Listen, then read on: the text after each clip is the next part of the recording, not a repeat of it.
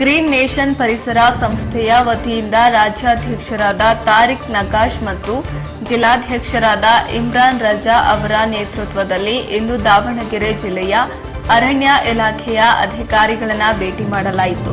ಅರಣ್ಯ ಇಲಾಖೆಯ ಸಹಾಯಕ ಅರಣ್ಯ ಸಂರಕ್ಷಣಾ ಅಧಿಕಾರಿಗಳಾದ ವರದ ರಂಗರಾಜ್ ಅವರನ್ನ ಭೇಟಿ ಮಾಡಿ ದಾವಣಗೆರೆಯ ಹಳೆಯ ಭಾಗದಲ್ಲಿ ವಿಶೇಷವಾಗಿ ಹೆಗಡೆ ನಗರದ ರಿಂಗ್ ರೋಡ್ ಮತ್ತು ಬೂದಿಹಾಳ ರಸ್ತೆಯಲ್ಲಿ ಸ್ವಾತಂತ್ರ್ಯ ದಿನಾಚರಣೆಯ ಅಂಗವಾಗಿ ಇದೇ ತಿಂಗಳು ಆಗಸ್ಟ್ 15ರಂದು 200 ಗಿಡಗಳನ್ನು ಮತ್ತು ಸಸಿಗಳನ್ನು ನೆಡಲು ಸಹಕರಿಸಿ ಗ್ರೀನ್ ನೇಷನ್ ಸಂಸ್ಥೆಯ ಜೊತೆಗೂಡಿ ಹಳೆ ದಾವಣಗೆರೆಯಲ್ಲಿ ಪರಿಸರಕ್ಕಾಗಿ ಒಂದು ಒಳ್ಳೆಯ ಕಾರ್ಯವನ್ನ ಮಾಡಬೇಕೆಂದು ಒತ್ತಾಯಿಸಿದರು.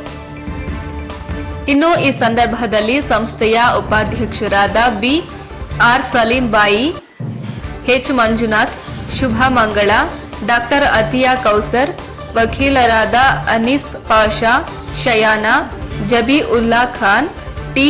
ಅತಾವುಲ್ಲಾ, ರೋಷನ್ ಜಮೀರ್, ಫಾಜಾಲೂರ್ ರಹಮಾನ್, ಉಸ್ಮಾನಾ, ಇಮ್ರಾನ್, ಜಲಿಕಟ್ಟಿ, ಶಿವಕುಮಾರ್, ಮುತ್ತುರಾಜ ಮತ್ತು ಇತರ ಸದಸ್ಯರು ಉಪಸ್ಥಿತರಿದ್ದರು. ವರದಿ ದೇವರಾಜ್ ಕೆ, ನೆಲ್ಲಿಹಂಕಲು, ದಾವಣಗೆರೆ.